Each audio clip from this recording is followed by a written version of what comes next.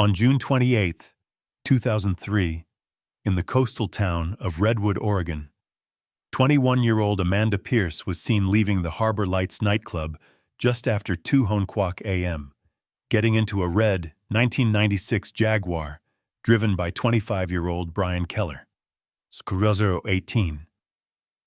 At 4:15 a.m., Amanda placed a final call to her best friend, saying she was stranded on Harbor Road and couldn't get home.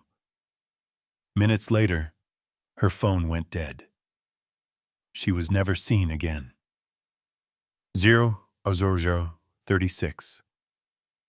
In the following days, police seized Keller's vehicle, but it had been freshly cleaned. With no blood, no DNA, and no physical trace, the case stalled. 00:52. For 6 years, the file sat cold, until March 2009, when heavy floods along the Redwood River exposed a mud-soaked shoe later identified as the pair Amanda wore that night. 01:10. That discovery reopened the investigation and raised a chilling question. If the red Jaguar wasn't the only answer, who else was there with Amanda on the night she disappeared? 01:25. This is the story of a case that refuses to fade. Subscribe and stay with us as we retrace every step that still matters today. On the western edge of Oregon, tucked between pine forests and the cold, persistent tides of the Pacific, the small port town of Redwood rarely made headlines. It was the kind of place where boats bobbed gently in the harbor, the air always faintly salty, and every summer night seemed to carry the same predictable rhythm. Laughter echoing from waterfront bars, neon signs flickering over sidewalks, young people chasing the last notes of freedom before responsibility set in. Amanda Pierce was 21, and in many ways, a classic child of Redwood. She'd grown up in the same white clapboard house on Pine Street since kindergarten, had the same group of friends since middle school, and even after community college graduation in June, she came home every night to her childhood bedroom, its walls still covered with band posters and sketches of dream cities she longed to visit someday. She was responsible, always early to work at the art supply store, and fiercely protective of her younger brother. Yet, like most people her age, Amanda was restless for something different, something that shimmered just beyond the safe, familiar edges of town. July 19, 2003, started with the promise of a perfect summer night. Amanda pulled on her favorite denim jacket and texted her best friend Haley, "Let's do something wild tonight." They laughed about it as they met up outside the Lighthouse, Redwood's most popular nightclub, a squat building whose dance floor throbbed with music every weekend. By 10 p.m., the line to get in curled around the block, everyone dressed in their weekend best, the air electric with possibility. Inside, the world was all color and sound. Amanda moved easily between friends, never one to hog the spotlight, but always quick with a smile, happy to spin in and out of conversations. The DJ was playing early 2000s hits, the kind that made everyone forget whatever troubled them. Every so often, she glanced toward the bar, where an unfamiliar man sat, tall and sharp-jawed, tapping his fingers to the beat and nursing a drink that never seemed to empty. Later, friends would try to recall what was odd about him. His expensive red sports car parked right out front, maybe, or the way his eyes kept drifting back to Amanda as she laughed with her friends. As midnight bled into morning, the crowd thinned and the music slowed. Amanda, never a heavy drinker, sipped her soda and considered calling it a night, but Haley convinced her to stay for just one more song. Outside, a warm wind was rising, carrying the tang of the ocean up Harbor Road. Streetlights glowed against the growing darkness. It felt like any other night. Amanda's phone buzzed. It was her brother asking if she'd be home soon. She promised she wouldn't be late. As the clock ticked past 1 a.m., people began to drift out in pairs or groups. Someone announced there was a house party across town. The invitations spread like wildfire.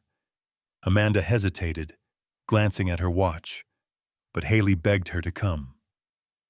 She relented, stepping outside with the group, the laughter fading as the doors swung shut behind them. Parked beneath the street lamp was the red car, sleek, polished, and entirely out of place in Redwood. The stranger leaned against it, chatting easily with some of the other clubgoers. He introduced himself as Brian Keller. Nobody knew him well, but his charm was magnetic, and he seemed to know just what to say to draw people in. "Need a ride to the party?" he asked, gesturing to his car. Amanda paused, unsure. Haley nudged her. "Come on, just this once." She slid into the passenger seat, the leather cold against her bare legs. Brian grinned and pulled out onto Harbor Road, the taillights painting streaks of red across the asphalt.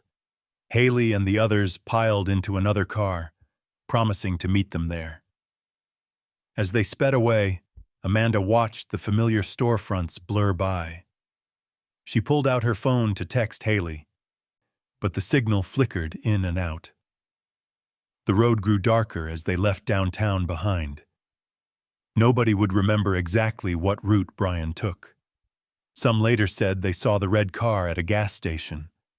Others recalled seeing Amanda at the house party, chatting with new faces, her laughter a little louder than usual. But somewhere between the nightclub, the winding turns of Harbor Road, and the promise of a wild summer night, Amanda vanished from the world she knew. Hours later, the sun would rise over Redwood, painting the rooftops gold.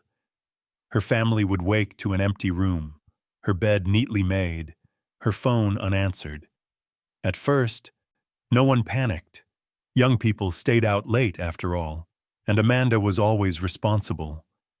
But as morning stretched into afternoon and her phone went straight to voicemail, the sinking dread began to settle.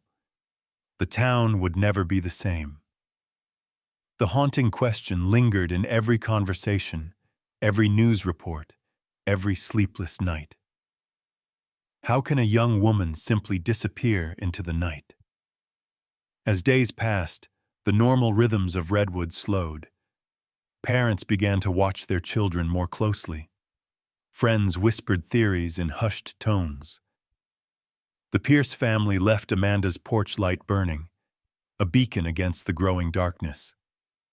And somewhere, the red car was gone, leaving only a trace of tire marks on the road, and a silence that would haunt the town for years to come. Amanda Pierce's world had always been bounded by the gentle curves of Redwood, Oregon. Her life traced the town's familiar streets, from her family's weathered house on Pine Street to the faded brick building of Redwood Community College and the downtown strip where she worked part-time at an art supply store. If Redwood was small, Amanda filled it with big dreams, always sketching out futures in her journals, moving to Portland, designing album covers, finding her own way in a bigger world. Her walls were plastered with magazine clippings and drawings of far-off cities, reminders that she was never content to let her life shrink to fit the town's narrow borders. Amanda was the eldest of 2 children, with a fierce sense of responsibility that never seemed to weigh her down. Her parents, Jim and Linda, worked hard, her dad at the shipyard, her mom at the local elementary school. Their love for Amanda and her little brother Ethan was steady, if sometimes quiet. Amanda was the one who reminded everyone to lock the doors at night, who made sure Ethan finished his homework, who cooked dinner when her parents worked late. There was warmth in everything she did, from the way she greeted the regulars at the store to the time she spent helping her neighbors with small chores. Everyone in Redwood knew Amanda. She was the girl you could trust, the one who never let you down. Yet there was another side to her, a side restless with ambition, quietly fighting against the town's slow rhythm. She devoured design magazines, spent nights learning Photoshop on her old laptop, and dreamed of getting accepted into a university art program. Amanda wanted more than just to exist in Redwood. She wanted to leave her mark on the world. But whenever those dreams felt too big or the world too uncertain, she always returned home, to the familiar comfort of her family's laughter and the steady pulse of the sea. Redwood itself was a place of contrasts, as beautiful as it was treacherous. By day, the harbor bustled with the sound of gulls and the clatter of fishing boats. Tourists wandered the boardwalk in search of saltwater taffy and crab cakes. The beaches stretched for miles, littered with driftwood and shells, and on summer afternoons, kids raced their bikes along the sand, while their parents grilled fish in the shade of the dunes. But beneath the postcard surface, trouble simmered. Years of economic decline had left the town vulnerable to shadows. A drug problem festered in the alleys behind the main strip. Nightclubs like the Lighthouse, once a harmless escape, became magnets for rowdy outsiders and rougher crowds. The police kept a close watch, but trouble had a way of slipping through the cracks. Amanda was aware of those dangers. Her parents' warnings, the stories whispered at sleepovers, the memorial bench down by the docks for a boy lost to drugs the summer before. But like most young people in Redwood, she refused to live in fear. She moved through the town's darker corners with caution, always promising to stick with friends, never accepting rides from strangers. She believed she knew how to keep herself safe. That faith, more than anything, was what made her disappearance so terrifying to those who knew her. The days after Amanda vanished were suffocating in their uncertainty. Her mother paced the living room, clutching Amanda's favorite sweater, unable to sleep in the room where her daughter's laughter had once filled the air. Her father roamed the town at dawn and dusk, searching for any sign, her shoe, her phone, a strand of her hair. Ethan, only 14, retreated into silence, refusing to touch Amanda's untouched sketchbooks. Neighbors arrived with casseroles and hollow words of comfort. Amanda's friends created missing posters, their hands shaking as they taped them to every window and utility pole. At night, the family's small house glowed softly with candlelight, a vigil that seemed both desperate and hopeful. Redwood itself changed in subtle ways. Parents tightened their grip on their children's curfews. The chatter in coffee shops took on a new edge. Old wounds and suspicions resurfacing as people wondered who, if anyone, could be trusted. The river, usually sparkling and inviting in the summer, seemed darker somehow. Even the gulls quieted, as if the whole town was holding its breath. As the search dragged on, Amanda's memory became a rallying point, a symbol of innocence lost. Strangers joined hands at prayer vigils, their candles flickering in the ocean breeze. Classmates shared stories of Amanda's kindness, the time she stayed late to help a friend pass a math test, or how she stood up for a new girl being bullied. Every day, her story echoed on local radio, her face appearing on news bulletins and in newspapers, her name becoming a mantra of hope and fear. But underneath the collective grief, an unspoken terror grew. If Amanda, the town's golden girl, could simply vanish, then who was truly safe? Redwood, so sure of itself, now lived in the shadow of a question with no easy answer.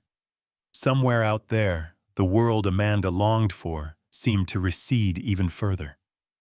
All that remained was the aching absence, a life paused, a future unwritten, and the hope however faint, that the truth would one day return to the quiet streets of Redwood. The summer night that had started with such promise quickly twisted into something no one in Redwood would ever forget. The details of Amanda Pierce's disappearance became both a cautionary tale and a puzzle that the town could never quite piece together. Her movements after leaving the lighthouse were recounted and speculated upon by friends, police, and reporters alike, each trying to rewind the clock and find the moment where things shifted from safe to sinister. It was just after 1 a.m. when Amanda stepped out of the nightclub, her laughter fading into the stillness of the darkened parking lot. The red sports car, a head-turner in a place where most folks drove battered pickups or sensible sedans, waited under the harsh glow of the street lamp. Brian Keller, a man few in Redwood recognized, was already leaning against the driver's side, his smile easy and unhurried, a cigarette burning between his fingers. Some witnesses would later recall Amanda hesitating at the curb, her eyes flicking toward her friends, a silent question hanging in the humid air. Others remembered her climbing into the car without a backward glance, swept up in the adventure of an unfamiliar night. The red car slid away from the curb, its engine low and powerful, taillights disappearing into the distance. No one could say for certain which route Brian took.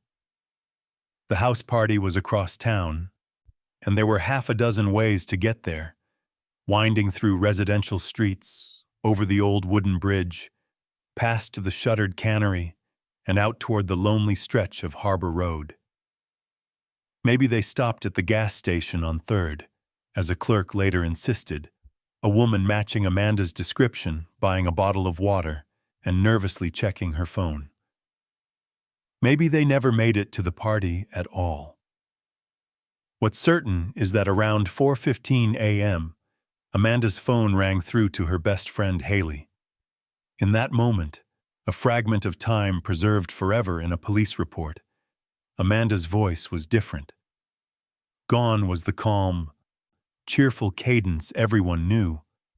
Instead, Haley would recall, Amanda sounded strained, her words tumbling out in a hush broken by static and muffled music.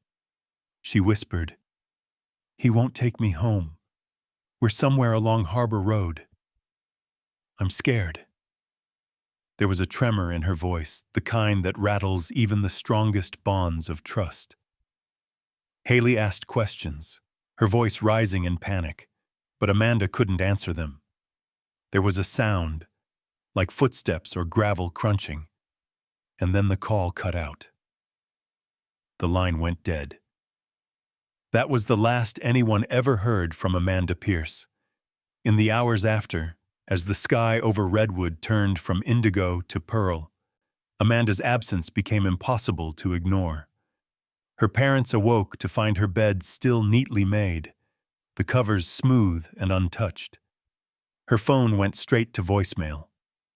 By mid-morning, Haley arrived at the Pierce house, her face ashen, clutching her phone and replaying the final call over and over, searching for some overlooked clue. The family reached out to friends, retraced Amanda's steps from the night before, phoned every hospital in a 50-mile radius. No one had seen or heard from Amanda. Panic rose in waves through the town. The local police, unused to handling anything more serious than the occasional bar fight, scrambled to organize a search. Volunteers fanned out through the neighborhoods, scouring alleys and wooded lots, their flashlights trembling as they called Amanda's name. The red car was nowhere to be seen, and Brian Keller, his name passed on by word of mouth, scrawled on flyers, became a ghost the authorities desperately needed to find. The hours ticked by with agonizing slowness. At the edge of town, the Harbor Road curved along the marshy banks of the Redwood River, bordered by thick woods and the looming silhouette of the abandoned mill. It was an area everyone avoided at night. rumored to be a hotspot for drug deals and unsavory characters. Search parties tramped through the weeds and mud, hearts pounding at every glint of metal or scrap of fabric, but nothing turned up. Not a shoe, not a hair, not a single clue that Amanda had ever been there. Rumors spread faster than the search. Some said Amanda had run away, though no one who truly knew her believed it.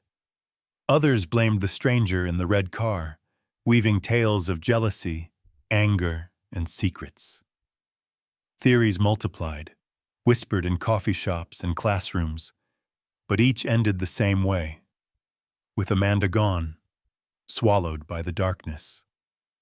Days blurred into nights.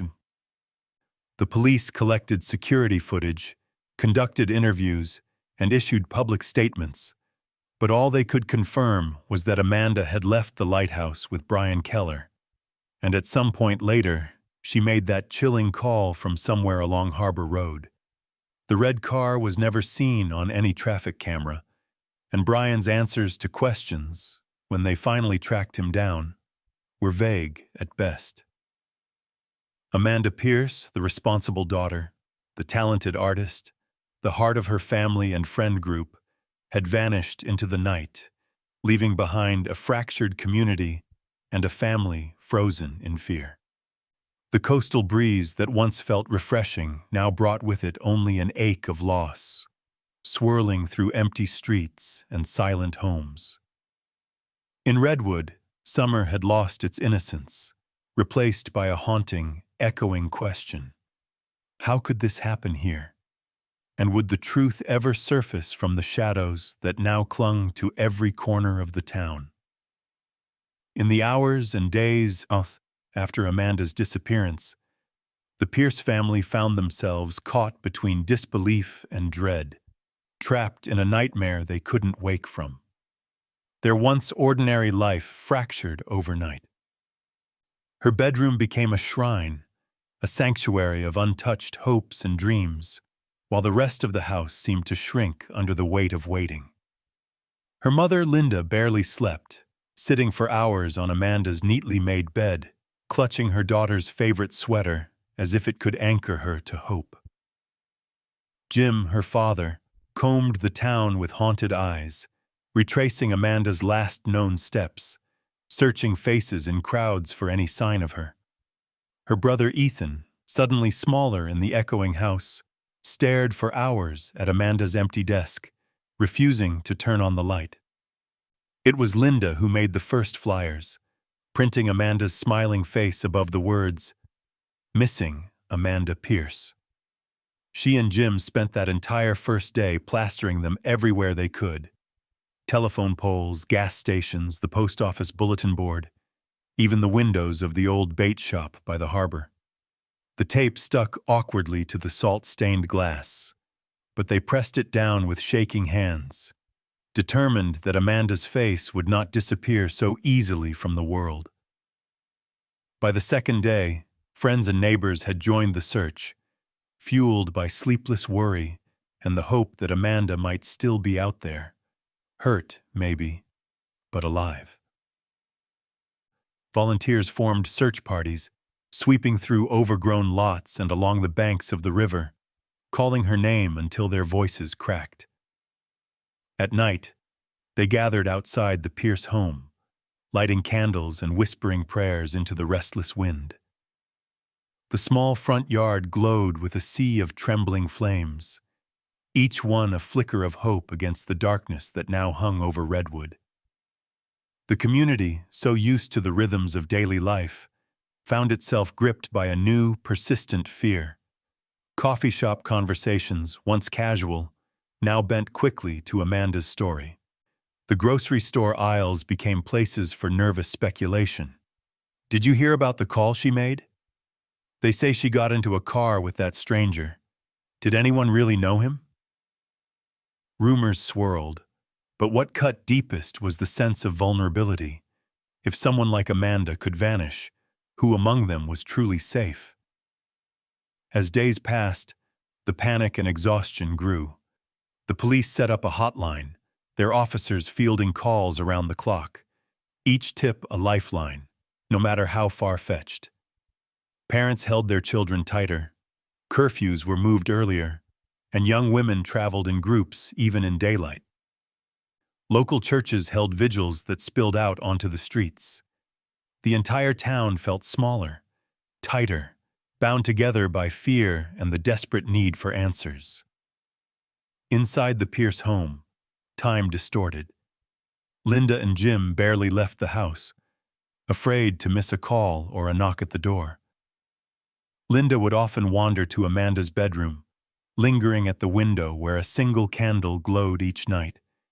It became a symbol for the whole community, a beacon of hope visible from the street, growing into a nightly ritual for neighbors.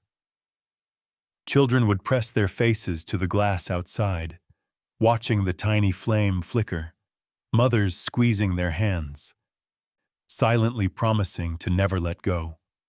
Ethan, once chatty and mischievous, became a ghost in his own home. He barely ate, his days blurring into a haze of worry and longing. He'd listen to Amanda's old playlists on repeat, the songs looping into the early morning. Sometimes, he'd kneel by her desk and trace his fingers over her sketches, wishing he could draw her back into existence. As the week wore on, the scale of the tragedy became real. Local businesses donated paper and ink for more flyers. High school students organized prayer circles. Teachers set aside time to talk about safety and support. Haley and Amanda's other close friends set up a social media campaign, pleading with anyone who'd seen or heard anything to come forward. Messages of support poured in from across the county, but so too did fear and suspicion. People questioned the safety of their own routines, looked sideways at unfamiliar cars, and wondered if they should trust even the neighbors they'd known for years. Some nights, the town seemed to hold its breath. The search parties returned home with nothing but tired eyes and mud-caked shoes. The candles on the Pierce lawn burned lower, but never out. The old men at the harbor, who had seen storms come and go, sat in silence, staring out at the black water, muttering that nothing like this had ever happened before. Amanda's absence gnawed at Redwood, hollowing out the heart of the town. Even those who didn't know her personally felt the loss as something personal, a wound that would not heal. The question echoed in every quiet room, every whispered conversation. If Amanda Pierce could simply disappear, then what was left to believe in? Each day without news chipped away at hope, yet the community refused to give up, refusing to let Amanda become just another face on a faded poster. In the darkness, the light from her bedroom window kept burning, a fragile promise that answers, somehow, someday, would come. As the days stretched into weeks, the search for Amanda Pierce became the largest investigation Redwood had ever seen. The local police, reinforced by detectives from the county, constructed a timeline, painstakingly mapping Amanda's last known movements through a haze of witness statements, camera footage, and the shifting recollections of a town in shock. It began at the Lighthouse nightclub, the glow of neon and the thrum of music now replaced in everyone's mind by Amanda's last carefree hours. From there, the story branched out like the rivers that carved through the surrounding forest. A possible sighting at a gas station, a brief stop at a house party, Amanda seen laughing in the glow of porch lights, and then the final chilling certainty, the red sports car waiting under the street lamp. Brian Keller became the focal point of the investigation almost immediately.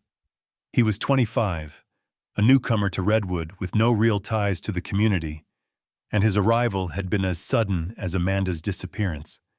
Few people recalled ever seeing him before that night, and no one claimed him as a friend. He worked odd jobs up and down the coast, drifting from town to town, his past a patchwork of vague references and dead ends. Police tracked Brian down 2 days after Amanda vanished. He was calm, even polite, sitting across from detectives in a cramped interview room, his hands folded neatly in his lap. He admitted he'd given Amanda a ride that night, but claimed he'd only dropped her off near a fast food place on the edge of town, sometime after 3 in the morning. There, he insisted, she'd stepped out of the car and walked away alone, blending into the night and out of his life forever. There was no anger in his words, only the carefully measured tone of a man who knew the world was watching him closely.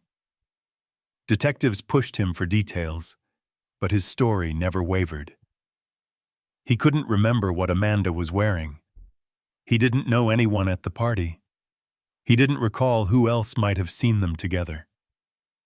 There were gaps in his timeline, minutes and hours that slipped through his fingers like water.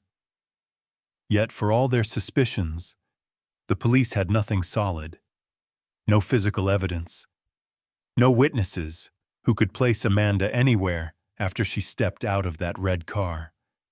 The car itself was the next focus. Officers seized it from the parking lot of a cheap motel where Brian was staying. They expected it to yield clues, a stray hair, a drop of blood, a scrap of fabric caught in the door. Instead, what they found was unsettling in its perfection. The car had been meticulously cleaned, the upholstery freshly scrubbed, the trunk empty but for a few ordinary tools. There was no trace of Amanda, no fingerprints, no DNA, nothing to tie her to the vehicle at all. If the car held secrets, they were washed away before the police ever arrived. Meanwhile, witnesses from the party remembered only fragments. Some said they saw Amanda talking with a man they didn't recognize, someone tall with a faded jacket. But when shown photographs, no one could identify him. Others swore they saw Amanda leaving with Brian, her face tense. But the crowd and chaos made certainty impossible. Even the surveillance footage from the gas station was blurry and inconclusive. A young woman who might have been Amanda, but could just as easily have been someone else. The investigation churned on, fueled by frustration and the desperate hope that something, anything, would break the case open. The Pierce family clung to every new rumor, every whispered tip, never letting go of the belief that Amanda was out there, waiting to be found. But the evidence stubbornly refused to cooperate. Without blood, without DNA, without a single piece of proof that Amanda had been harmed or taken against her will, the police were left with nothing but suspicion. Brian Keller remained the prime suspect, but the law required more than instinct. The detectives circled him, searching for inconsistencies, trying to catch him in a lie, but he maintained his story. The longer the investigation dragged on, the clearer it became that the red car was a dead end. If it had ever held answers, they'd been erased by bleach and time. As summer wore on, hope turned brittle. The search parties dwindled. The flyers began to curl at the edges and fade in the sun. Amanda's candle still glowed in her bedroom window, but the world outside was moving on. In Redwood, the name Brian Keller became a warning, a symbol of the town's collective unease. Parents warned their children never to accept rides from strangers, and every unfamiliar car drew suspicion. The frustration was palpable, so many threads, yet nothing to tie them together. With no physical evidence, the investigation stalled. Amanda Pierce remained missing, her story suspended in a limbo of unanswered questions, while Brian Keller walked free, his past and present forever entwined with the night Amanda vanished. The town waited, restless and wounded, as the case that had shattered their sense of safety slipped further and further into the shadows. As summer faded into fall, the momentum behind the search for Amanda Pierce slowed, then faltered. The police investigation, once so urgent, lost its rhythm under the weight of dead ends. The headlines that had screamed Amanda's name for weeks were replaced by stories of local politics and the next tragedy somewhere else. Her face, once a fixture on the news, began to disappear from the public eye, her absence reduced to a cold file in the back office of the Redwood Police Department. The town's initial unity and determination, so fierce in those first desperate weeks, gradually unraveled. Volunteers returned to their jobs, search parties dwindled, and the prayer vigils outside the Pierce home shrank to a small circle of the most faithful. The flyers, once so fresh and hopeful, yellowed on telephone poles and store windows, rain and sun fading Amanda's smile until it was little more than a ghostly outline. Inside the Pierce house, time seemed to freeze. Amanda's bedroom was left exactly as it had been on the last morning she woke there. Sheets tucked in with careful precision, a half-finished drawing clipped to her easel, a favorite sweater draped over her desk chair. Linda dusted the room every week, smoothing the comforter, keeping the candle burning in the window each night. The ritual became a kind of lifeline, an act of defiance against the world's demand that they move on. In that small pool of candlelight, hope still flickered, fragile but not yet gone. Jim grew quieter as the months slipped by, his eyes growing more distant with each passing day. He stopped attending the community meetings, lost interest in the boats he once tinkered with at the harbor. In the evenings, he would sit alone on the porch, staring into the dusk, his hand wrapped around a mug gone cold, as if willing Amanda to come walking up the street, laughing and apologizing for scaring everyone. Ethan, still in high school, withdrew from his friends and drifted through classes like a shadow. Sometimes, he'd sit at Amanda's desk, sketching silently in her old notebooks, trying to keep her memory alive with every line and shape. Redwood itself seemed changed, quieter, somehow heavier, as if the air itself was weighed down by loss.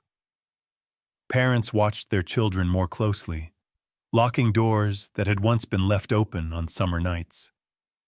The Lighthouse nightclub lost much of its business. Even the thrill-seekers were haunted by Amanda's disappearance.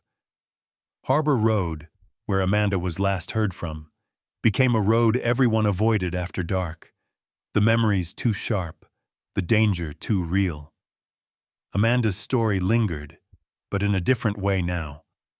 It became a warning, passed down at sleepovers and whispered at campfires.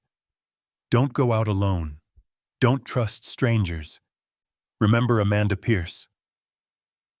Her name was etched into the collective memory of the town. But as more time passed, the hope of finding her alive thinned into something brittle and painful. New tragedies filled the news, and with each day that passed without answers, Amanda's case slipped further from public consciousness. For the Pierce family, the world outside moved on, but inside every clock ticked with the memory of Amanda. Linda would sometimes dial Amanda's phone, just to hear her voicemail message, the recorded voice stubbornly bright and alive. Birthdays and holidays passed with a seat left empty at the table. Presents bought and wrapped just in case, then tucked away in Amanda's closet. Friends drifted away, unsure what to say or how to help a family stuck in a moment that wouldn't end. Even the police seemed to surrender to the silence. The file grew thicker with every passing month, filled with dead leads, contradictory witness statements, and the unyielding void where evidence should have been. Detectives were reassigned to new cases. The once constant updates to the Pierces dwindled to the occasional phone call or letter. "We're still working on it," they'd say. but the words felt hollow. The investigation, once the center of Redwood's world, faded into the background, a haunting reminder of the town's limits. And so Amanda's room became a time capsule, her belongings arranged as if she might step through the door at any moment. The candle burned each night, visible from the street, its small glow a silent plea that someone, somewhere, would remember and return her to them. In the dark, Linda sometimes whispered promises to her missing daughter, unwilling to let hope die, no matter how the world tried to snuff it out. Redwood went back to its routines, but nothing was ever truly the same. Every unexplained noise or unfamiliar face became a source of anxiety. Children asked questions that no parent could answer.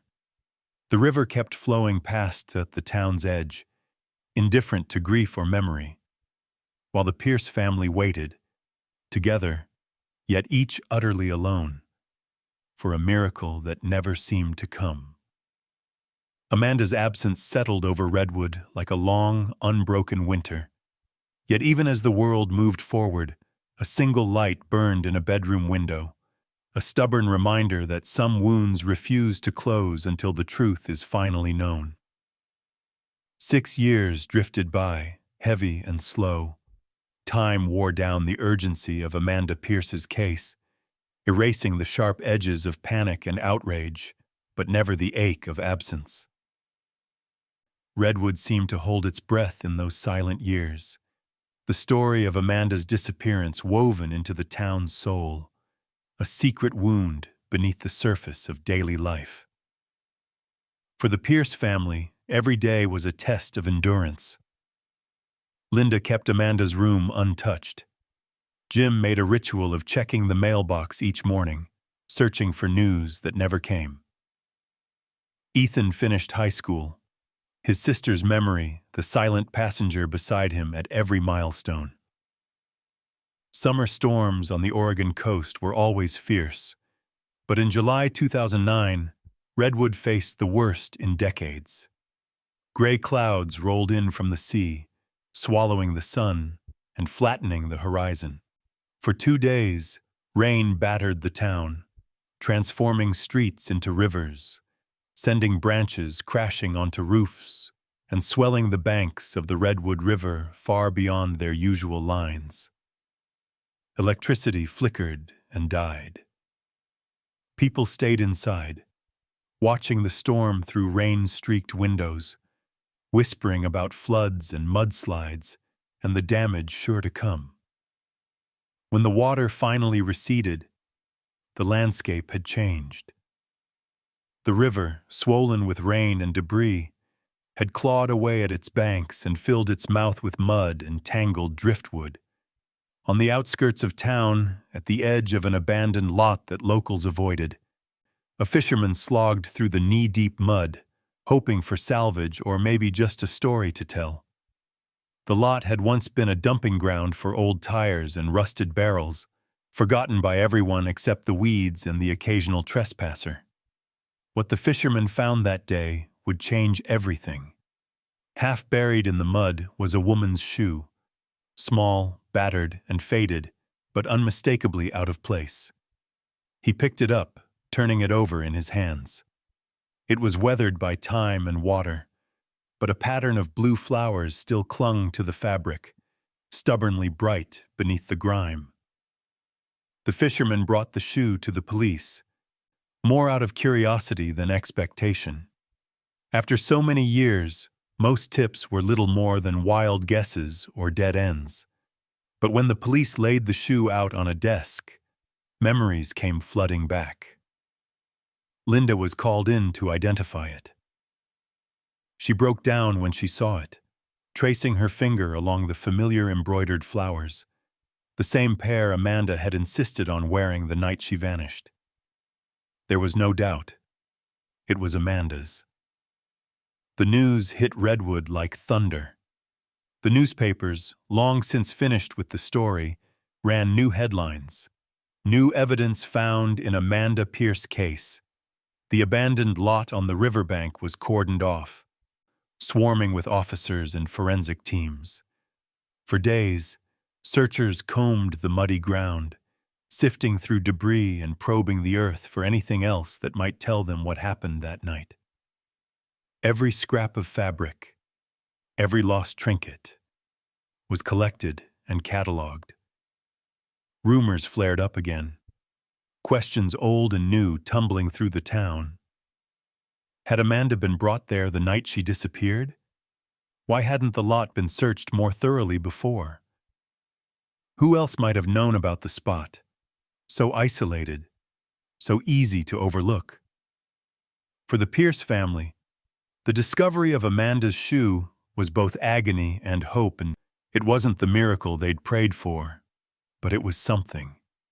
A piece of Amanda, a trace that said she had been there. Linda found herself clutching the shoe late at night, pressing it to her chest as if she might feel her daughter's heartbeat through the worn sole.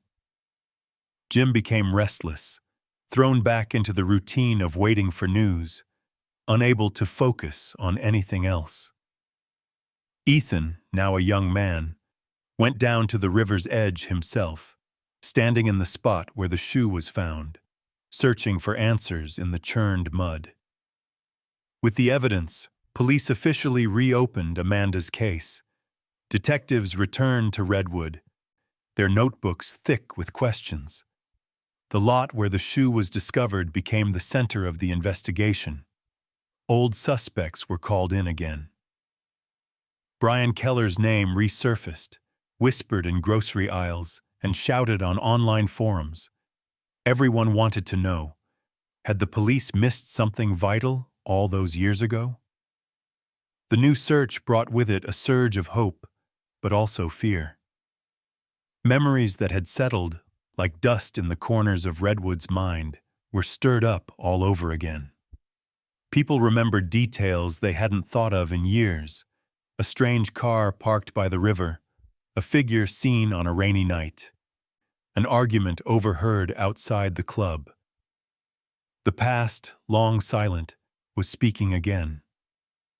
Amanda's story was no longer just a warning or a cold case. Now it was alive, raw and immediate, the possibility of truth closer than it had ever been. The candle in Amanda's window burned brighter each night, the light shining farther into the darkness. Redwood found itself holding its breath once more, hearts pounding with the question. Was this finally the moment Amanda's mystery would be solved? With Amanda's shoe found at the river's edge, the town of Redwood pulsed with a new, uneasy energy. For years, the story had faded into the background, a cold ache that only flared up on anniversaries. Now, every conversation, every news update, every sideways glance seemed charged with possibility and fear. The police, once content to file away Amanda's disappearance as an unsolved tragedy, were suddenly everywhere, knocking on doors, canvassing the neighborhood, scouring old evidence for a clue they might have missed. Redwood felt on edge, as if the town itself was bracing for a storm. As the reinvestigation unfolded, detectives retraced every step of Amanda's last night. They pored over statements and recordings, their focus zeroing in once more on Brian Keller, the man with the red sports car, the last person confirmed to have seen Amanda alive. When questioned again, Brian told the same story he'd told in 2003. He had given Amanda a ride after the club, dropped her off near the fast food place, and never saw her again. His calm was unnerving, almost practiced. Yet this time, investigators pressed him harder, challenging the details and picking apart the gaps. As they dug deeper, contradictions began to surface. Brian's original statement about the time he dropped Amanda off didn't line up with witness accounts from the party or the timestamp on Amanda's last call to Haley. In fact, the route he claimed to have taken didn't match with a security camera sighting of his red car, which appeared farther east than it should have. closer to the abandoned lot where Amanda's shoe was discovered. The story, so smooth on the surface, began to fray at the edges. Then, almost as if the town itself refused to let the truth lie buried, a new witness stepped forward. An older woman, who lived in a faded trailer not far from the riverbank, came to the police station with trembling hands and a memory she had never quite shaken. She told officers that on that rainy night in 2003, she'd seen a red car parked by the edge of the vacant lot, its headlights off, engine idling in the dark. She remembered it clearly because her dog had barked wildly, waking her from a fitful sleep. At the time, she'd thought nothing of it, assuming it was teenagers drinking or looking for trouble. Now, with the news of Amanda's shoe, the memory returned with sharp clarity. Her statement sent a ripple of anxiety through the investigators. The timeline shifted. Brian had been near the lot that night, close to the river where Amanda's shoe was finally found. And yet, when pressed again, Brian denied ever driving that far, insisting he'd left Amanda downtown and never went near the riverbank. The contradictions grew starker with each interview. It was as if there were two Brians, one who smiled and cooperated, and another whose shadow flickered in the background, evading the truth. But Brian wasn't the only mystery. The whispers about a second man that had floated around the original investigation now returned with greater urgency. At the house party, several witnesses had recalled seeing Amanda talking with someone besides Brian, a tall man, face half hidden in the dim porch light, wearing a faded jacket. Back in 2003, these fragments of memory had seemed inconsequential, lost in the chaos. But now, in the harsh light of renewed investigation, they glimmered with meaning. Detectives re-interviewed everyone from that night, chasing any scrap of detail. Some recalled seeing the mysterious man step outside with Amanda. Others thought they saw him talking to Brian in hushed tones by the car. No one could remember his name, or even describe his face. He was a ghost in their memories, an absence that felt increasingly sinister. The idea of a second figure, someone hiding in plain sight, someone whose presence could upend everything the police thought they knew, kept the town on edge. For Amanda's family, hope was both a blessing and a curse.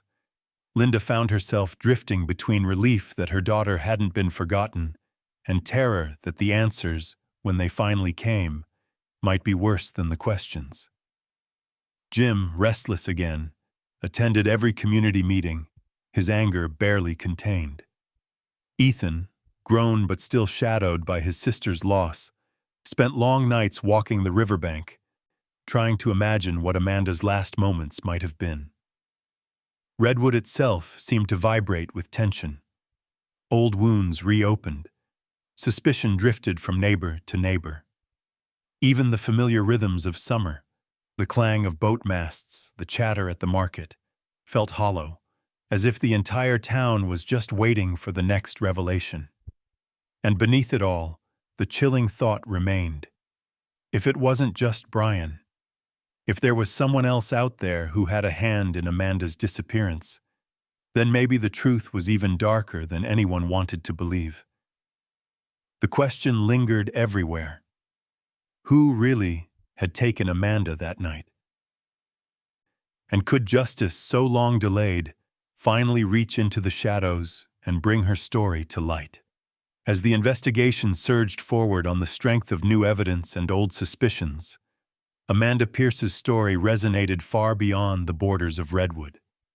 Her face, once familiar only to her family and neighbors, became a symbol of the countless missing women whose names faded with time, whose cases collected dust in cold, forgotten files. News outlets from Portland to Los Angeles ran updates on the case, sharing grainy photos of Amanda in happier days, her laughing eyes, the tilt of her head, the little blue flowers on the shoes that, for so long, had been just another detail of a vanished life. Detectives combed through every possible angle, driven by a new urgency. The memory of Amanda's final phone call, the contradictions in Brian Keller's story, the mysterious second man. It all circled like vultures over a wound that had never healed. Linda, Jim, and Ethan were swept into the media whirlwind, their grief suddenly public, their sorrow reflected in the eyes of strangers who saw their own daughters, sisters, or friends in Amanda's story. As Amanda's case re-entered the spotlight, another name surfaced alongside hers: Lisa Marie Young. Though miles and years apart, the similarities were chilling. Lisa, a bright and vibrant woman from Nanaimo, British Columbia, had vanished in 2002 after leaving a nightclub with a stranger. Like Amanda, Lisa had dreams and ambitions, a loving family, and a night filled with promise that ended in silence. Like Amanda, Lisa was last seen in the company of a man with a flashy car, her final phone call filled with fear and confusion, her disappearance haunting her community for decades. The connection between Amanda's fictional disappearance and Lisa Marie Young's real-life case became a rallying cry, a call to remember all the women whose stories remained unresolved. Online forums and true crime communities drew parallels, their posts filled with anger, heartbreak, and hope that justice might still be possible. The pain in Nanaimo was echoed in Redwood. Two towns, two families, united by absence and the longing for answers. For the Pierce family, the comparison brought comfort and pain in equal measure. It was comforting to know that Amanda's story was not forgotten, that people cared enough to keep searching, to keep asking hard questions. But it was also a reminder of how easily lives could slip through the cracks, how a promising future could be erased in a single night, leaving only memories and endless speculation. Linda reached out to Lisa's family online, sharing condolences and small comforts that only those who had lived with such loss could truly understand. The two mothers exchanged stories, clinging to hope even as the years kept marching forward. The similarities between the cases reignited debates about policing, community responsibility, and the dangers lurking in plain sight. Advocates for missing and murdered women used Amanda's and Lisa's stories to push for stronger protocols, better surveillance, more responsive police work, and public awareness campaigns urging young women to trust their instincts and speak up if they felt unsafe. Posters bearing Amanda's and Lisa's faces appeared in college dorms, bus stations, and bars, silent sentinels watching over crowds and reminding everyone that the unthinkable could happen anywhere. In Redwood, the mood was both hopeful and somber. The investigation, though energized, continued to run into walls. The second man remained unidentified, a flicker in the memories of witnesses, never quite solid enough to pursue. Brian Keller, questioned again and again, never broke under the pressure. The forensic search at the abandoned lot uncovered small, tantalizing traces, a hair, a fragment of cloth, but nothing that could conclusively link anyone to Amanda's disappearance. Each piece of evidence was both a lifeline and a heartbreak, another reminder that the truth remained just out of reach. For Linda, every update brought a storm of emotions. She kept Amanda's room just as it was, but now added newspaper clippings from Canada, photos of Lisa, and printouts of supportive messages from strangers around the world. She and Jim started attending advocacy events, speaking for families who still waited in the dark. Their grief turned into action. Ethan, older now, moved away for college, but called home every night, never letting the distance erode the bond he still felt with his missing sister.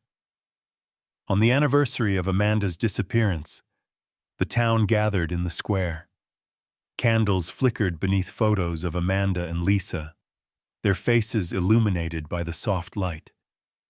Strangers held hands, united by pain and the stubborn belief that remembering was a kind of resistance, a refusal to let the missing fade into nothingness. The wind off the river carried the sound of voices, pleading, promising, remembering. Amanda's story, inspired by Lisa's real-life tragedy, was no longer just a Redwood story. It was the story of every small town, every family who had ever lost someone to the darkness, every community that refused to forget. In the end, it was a story of love's endurance, of a world still waiting for justice, and of hope burning like a candle in the night, flickering, fragile, and utterly unwilling to die. Years passed, and the world kept turning. The story of Amanda Pierce, like so many others, became woven into the quiet fabric of her town and into the greater tapestry of stories about loss, hope, and justice that never sleeps. Redwood learned to live with the ache, but the candle in Amanda's window never burned out. Her room, a time capsule of sketches and keepsakes, remained untouched, a sanctuary for hope and remembrance. The world outside moved forward, but inside the Pierce home, time bent around Amanda's memory, holding her close, refusing to let go. On the anniversary of her disappearance, the town gathered, as it always did, at the community center overlooking the restless ocean. Faces old and new appeared in the glow of candlelight, everyone united in memory and a kind of quiet resistance. They listened to Amanda's favorite songs, shared stories of her kindness, and spoke about how her absence shaped the choices they made for themselves and for their loved ones. People clutched candles, some in prayer, some simply holding on, each flame a testament to the persistence of hope. Linda and Jim stood before the crowd, their voices clear but carrying the weight of all the years lost to waiting. They spoke not only for Amanda, but for every missing daughter, sister, friend, or neighbor. We honor Amanda and all those like her whose stories are still searching for an ending. We stand for Lisa Marie Young, whose real-life disappearance has inspired this story, and whose family still searches for answers. Justice may be delayed, but families never stop searching. The truth matters, and it must not be forgotten. Their words echoed over the water, their pain and their hope shared by everyone present. With the case reopened, detectives continued their work, fueled by the renewed energy from the town and the lessons learned from past failures. They pored over old leads and new witness statements, leaving no stone unturned.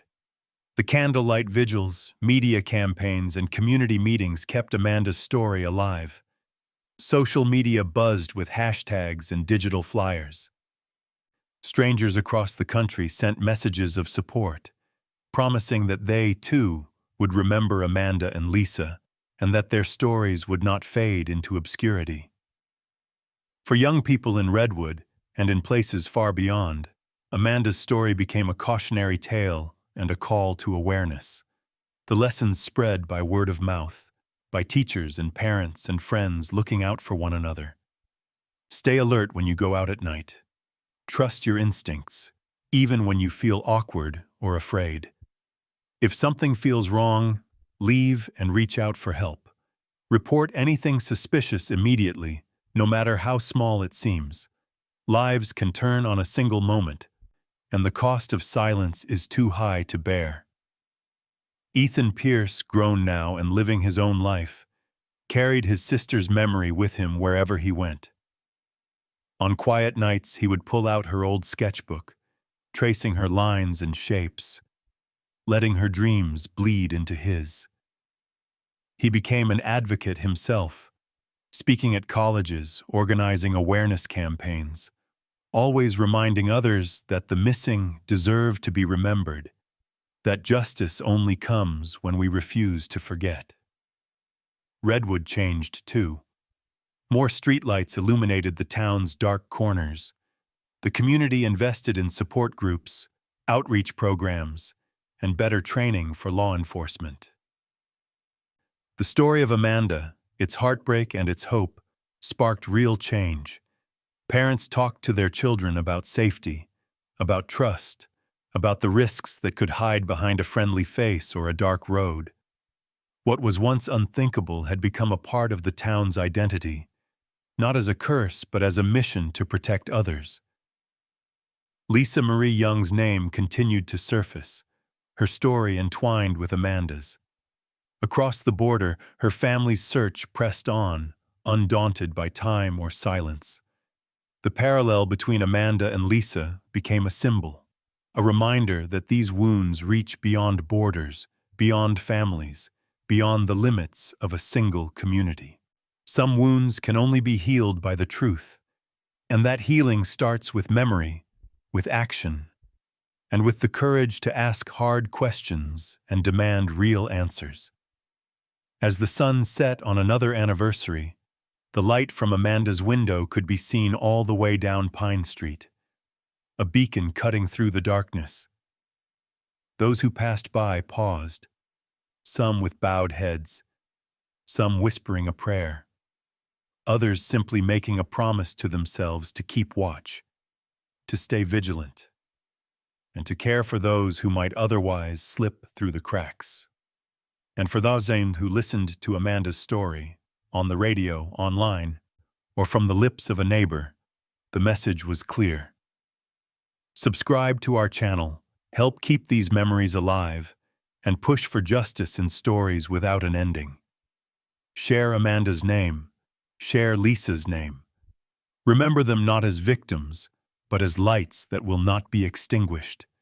Because even in the darkest night, a single candle can shine farther than anyone dares to believe.